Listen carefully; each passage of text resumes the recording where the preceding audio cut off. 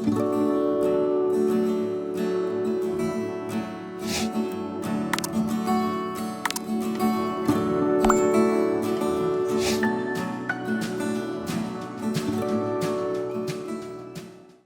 noite, pessoal.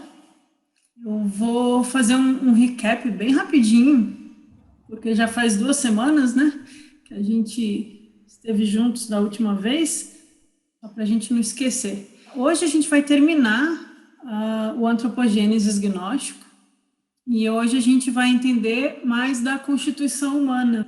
Então eu vou passar as imagens dos últimos encontros só para a gente lembrar, né, que tem esse demiurgo, esse Aldabaoth, que decide criar o ser humano como um reflexo do homem divino, como tem lá na Bíblia mesmo, também parecido.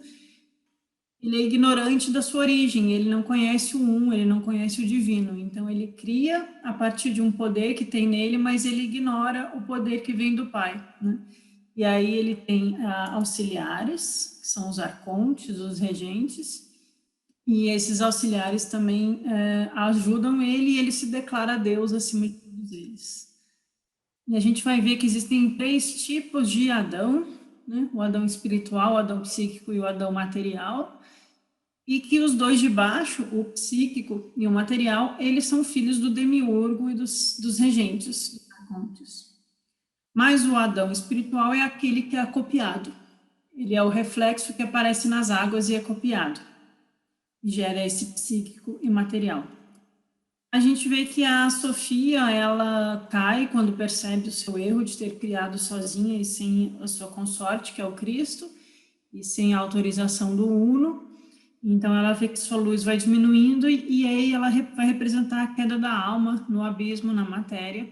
E ela também vai ser a luz que se esconde dentro do Adão e ajuda o Adão a despertar e se libertar do poder do demiurgo. Então, a Sofia aqui, ela vai representar a Eva espiritual, que também é chamada de Zoe. Zoe quer dizer vida em grego, e ela é aquela semente de vida, ela é a semente da epinóia da luz. Epinóia é o pensamento divino, que se esconde dentro do Adão. E aí os arcontes, eles criam um paraíso dos tolos, cheio de desejos e satisfações sensórias, para manter a alma presa, né, a mente de Adão presa nesse paraíso, mas é um paraíso que na verdade está envenenando a alma dele.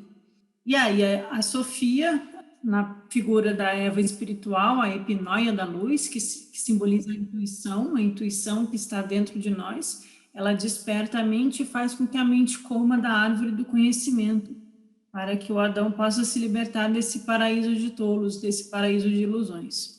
O trabalho da Sofia é retificar essa deficiência, ela precisa restaurar, ela representa essa mônada que precisa ser restaurada à sua plenitude, ela precisa fazer essa jornada de restauração e de retorno ao um. E ela vai ser auxiliada pela figura do Christus, porque o Christus nunca cai, ele só vem ao mundo e ele ilumina a humanidade, né? Ele não representa nenhum tipo de queda. Então o Christus envia a sua luz para ajudar a Sofia nesse caminho de retorno. E com isso a humanidade é desperta pela intuição. E a gente vê aqui que a intuição desperta o pensamento deles, né, desde os seres humanos. Então, nesse início da história, a gente tem mais questões de forças espirituais, poderes espirituais, num nível muito sutil. Agora, a gente viu também, eu vou voltar nessa imagem de novo hoje. Lembrando aqui que eu tentei fazer um paralelo com esses 2 mundos, né? O mundo superior, que é o mundo divino, que a gente chama de inteligível, o plano noético na filosofia, e o de baixo, que é o mundo psíquico e material. Quem rege sobre os limites desse mundo é justamente esse demiurgo ignorante, né? Que prende a humanidade na parte de baixo, e vem lá do alto, vem a luz do Cristo, é despertar o ser humano. Então, a gente tem a existência desse limite, que é, provavelmente, no meu entendimento, esse limite do Antakarana, né? Esse transmutar da mente inferior para a mente superior é romper esses limites da ignorância que o demiurgo representa. Então, Cristo seria aqui Atman, né? Budi a gente enxerga como esse poder de luz, que é a Sofia, a intuição em nós, e ela desperta a mente para que se liberte, né, do jugo do demiurgo e das forças de Kama, né? Os arcontes representam Kama, o desejo e as paixões. E toda a questão da prisão da matéria, né? O corpo astral e prânico, etérico, é tudo que está mais abaixo mesmo, é só para o funcionamento da existência. Então, é só para a gente lembrar dessa imagem, e aí agora a gente começa a novidade do dia. Então, como que a humanidade foi formada? Hoje eu peguei muitas imagens daquele artista William Blake. Ele tem várias pinturas retratando o Gênesis. Eu achei bem divertido. Ele é um pouco gnóstico nas pinturas dele. Eu segui com trechos do Apócrifo de João para ilustrar, né? Então, o que acontece? O Yaldabaoth, ele percebeu, lembra que a humanidade ela come da árvore do conhecimento, porque estava num estado de queda e ignorância. Então, quando eles comem, eles reconhecem a sua nudez, eles percebem que estão ignorantes, e perceber a própria ignorância é poder despertar para o potencial da luz, né? E eles percebem que estão nus, né? E o fato de estar nu também tem relação com estar despido, né? Quando nós nos despimos das vestes do mundo é que nós somos capazes de receber as vestes da luz. Então tem toda essa relação. Então, na historinha aqui do mito gnóstico, né, eles estavam ignorantes, eles comeram da árvore do conhecimento, viram a sua nudez, e a intuição, a epinóia da luz, a Eva espiritual desperta a intuição e o pensamento deles. Na sequência, Yaldabaoth vê que eles se afastaram dele, que ele estava perdendo o poder sobre essa humanidade, porque a humanidade despertou para a gnosis. Então, a humanidade se afasta de Yaldabaoth e rejeita ele. E aí ele amaldiçoa a terra que ele havia criado. Então, novamente, há um novo momento de queda. Eu não sei se vocês lembram, mas há pequenas quebras na história, há momentos de queda. Primeiro eles criam um homem psíquico, aí quando vê que esse homem possui um poder de luz superior ao deles, né, do Demiurgo e dos Arcontes, aí eles resolvem prender o homem nos 4 elementos da matéria, e aí jogam ele para baixo, aí criam esse paraíso, aí quando o homem consegue comer da gnosis na árvore do conhecimento, aí eles também não gostam e arremessam mais para baixo ainda. Então são pequenas quedas que a gente vai vendo no mito, são quedas humanas. Então o Yaldabaoth ele ataca Eva e arremessa os seres humanos para fora do paraíso, envolvendo-os em tenebrosa escuridão, porque eles desobedeceram ele, como na história bíblica, só que ele é a ignorância cega. Então o ser humano desobedece à ignorância, ao comer do conhecimento, e aí a ignorância não gosta e resolve tomar poder sobre eles e arremessar eles em mais tenebrosa escuridão ainda. É uma tentativa de prender, né, a alma. O arconte-chefe, novamente o William Blake aqui, o arconte-chefe viu a donzela que estava ao lado de Adão. Na passagem anterior, ele ataca Eva. Quando ele vê que eles comem da árvore, ele resolve atacar Eva. Então ele vê que a donzela estava ao lado de Adão.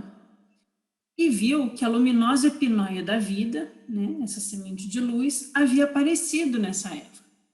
Ainda assim, Yaldabaoth estava repleto de ignorância. Então, quer dizer, ele viu a intuição, ele viu o poder de luz presente ao lado de Adão, né? Mas ainda assim ele permanece ignorante, né? O pobre Yaldabaoth, ele é a ignorância plena mesmo. Ele não consegue, nem enxergando, ele consegue ter alguma intuição. E aí, quando a pronóia do todo, vamos lá, percebeu o que estava acontecendo, enviou emissários e tiraram Zoe de Eva. O que aconteceu? Demiurgo viu a Eva ao lado de Adão. É simbólico, tá, gente? Não é homem e mulher. Ele vê a Eva ao lado de Adão e resolve atacá-la. Porque ele, mesmo a vendo, ele continua sendo ignorante. Quando ele vai atacar a Eva, a pronóia do todo, que é o poder de luz, é a mãe do Cristo, é o pai e mãe, a Barbelô. Pronóia é esse grande poder divino. Ela vê o que vai acontecer e ela retira de Eva Zoe, a vida. Então é como se ela deixasse a casca de Eva, a imagem de Eva, mas a vida, a Zoe, é retirada. para não ser atacado. Então é como se ela dissesse: você vai atacar essa casca, essa imagem, esse reflexo, mas você não tem o poder de atacar a verdadeira vida. E aí o arconte-chefe, Yaldabaoth, violenta, né, estupra a Eva imagem, porque a vida não pode ser corrompida nunca, a vida é divina. E aí surgem 2 filhos, que é os que a gente conhece. Mas o primeiro aqui vai ser chamado de Elohim, e o segundo, Yahvé. No texto está assim mesmo. E um é justo, mas o outro é injusto. Ele colocou Yahvé sobre o fogo e o vento, e colocou Elohim sobre a água e a terra. E com a finalidade de enganar, chamou a estes com os nomes de Caim e Abel. Estes 2 regem sobre os elementos e são os governantes do túmulo. Através da cópula, o primeiro regente produziu corpos duplicados e soprou dentro deles um pouco de seu falso espírito. Temos vários pontos aqui para discutir. Na Bíblia, no Gênesis, quando aparece que Deus criou o mundo, aparece a palavra Elohim em hebraico. Então, Elohim criou o mundo. Não quer dizer que aqui é a mesma coisa, porque às vezes os gnósticos ou outros textos, eles usam os mesmos termos para falar de coisas diferentes. Mas só para a gente lembrar que esse termo aparece no Gênesis. E Yahvé é o Deus do Velho Testamento. Então, os gnósticos, eles claramente estão fazendo uma oposição ao Deus do Velho Testamento, aquele Deus ciumento, vingativo, que manda matar os filhos dos outros para provar a obediência. Aquele Deus do Velho Testamento que faz guerras é o Yahvé. E o Elohim aparece no Velho Testamento como a força criadora, que é uma força neutra, né? Não é ruim. E aí, agora, o texto gnóstico vai comparar eles a Caim e Abel. Elohim está sobre a água e a terra, e Yahvé sobre o fogo e o vento. A gente até parece um pouco yin yang aqui, né? Porque a água e a terra é mais yin, é mais passivo, é mais denso, é mais parado, e fogo e vento é mais quente, mais volátil, é mais yang. Então aqui também são as questões da formação do ser humano enquanto forças materiais mesmo, dos elementos. E os 2, eles são regentes do túmulo. Aqui que está a questão interessante. O túmulo é o nosso corpo material. Os gnósticos chamam o corpo de túmulo. Então, a alma está presa no túmulo. E esse túmulo é regido por Elohim e Yahvé, e por Caim e Abel. Portanto, óbvio que eu não preciso falar isso para vocês, Caim e Abel não são os primeiros seres humanos no sentido neandertais, homo sapiens, paleolítico, né? Não é literal. Eles representam a formação do corpo humano. E a partir desses 2 vai surgir a relação sexual no sentido violento, né? Porque ele violenta a Eva, mas ele só consegue passar por aquilo que é a imagem material dela. Ele só consegue produzir a partir de sua casca, de sua imagem, né? De seu molde. Então, isso aqui é o molde do corpo físico. E nesse molde vai ter o falso espírito. Eu não sei se vocês lembram, mas os essênios falam do espírito da falsidade versus o espírito da verdade. Esse falso espírito dos gnósticos tem muita relação com os textos dos essênios. Então, Caim e Abel vão ser 2 forças que são filhas do demiurgo. Elas não possuem nada do divino, porque a Zoe, a vida, não estava em Eva quando a violência aconteceu, e o demiurgo é do limite para baixo. Então, Caim e Abel representam forças do mundo sensível, do mundo material, do mundo psíquico, e não há nada de espiritual nelas. Mas elas regem os elementos, elas regem o equilíbrio da matéria e também regem o corpo como um túmulo que prende a alma. E o fato de também do demiurgo ter produzido corpos duplicados.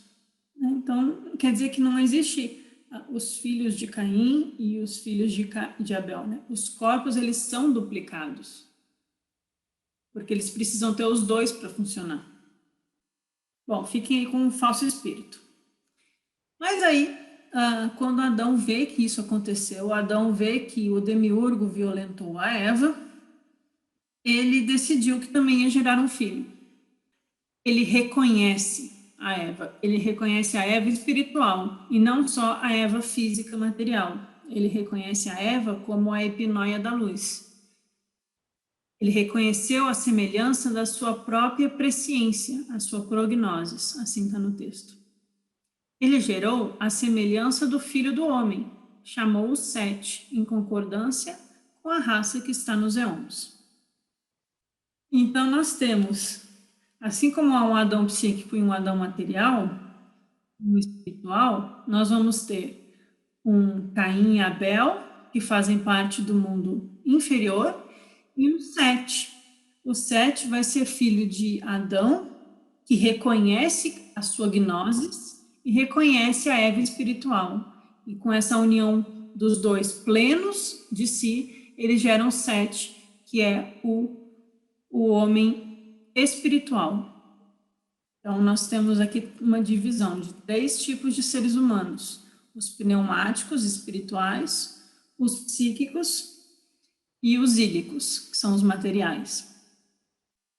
Nisso, é uma novelinha, né?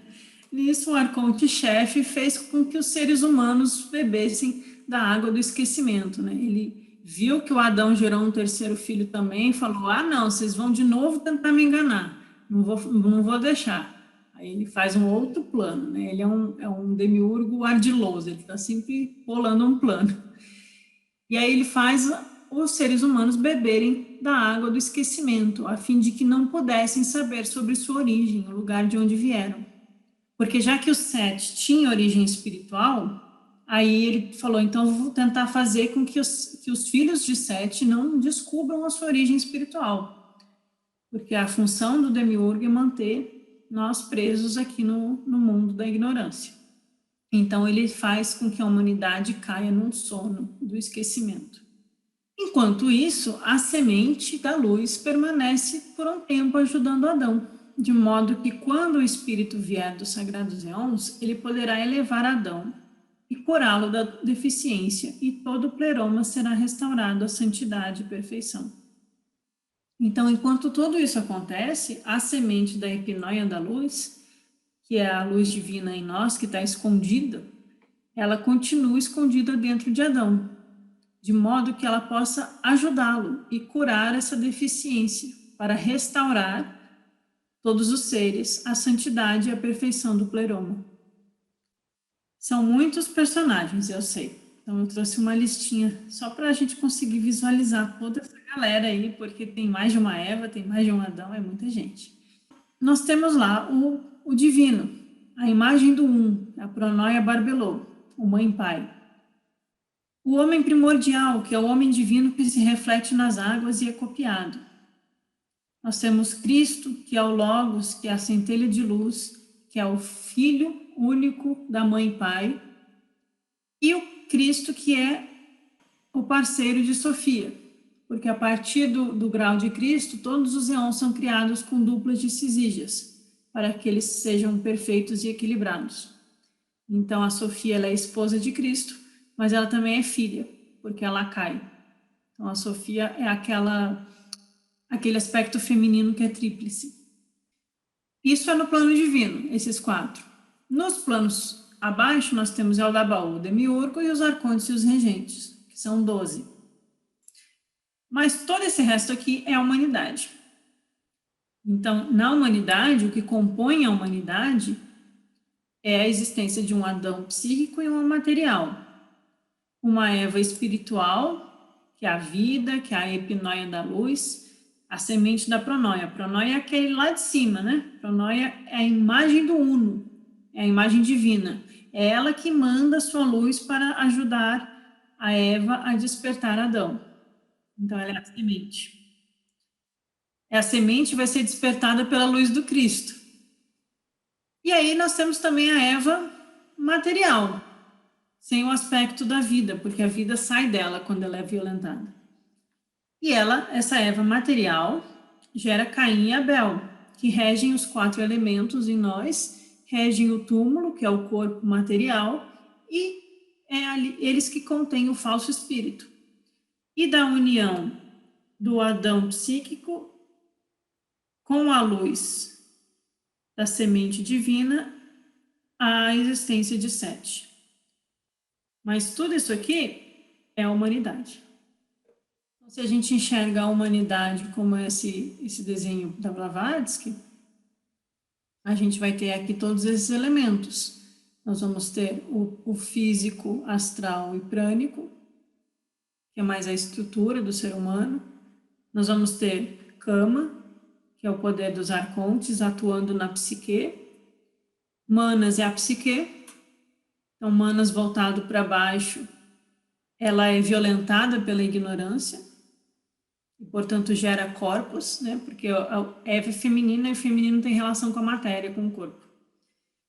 E Manas superior pode escutar a luz da Eva espiritual para chegar ao Atma, que é Cristo. Então, todos aqueles personagens é para a gente tentar encontrar uma correspondência na formação do ser humano, na formação da humanidade.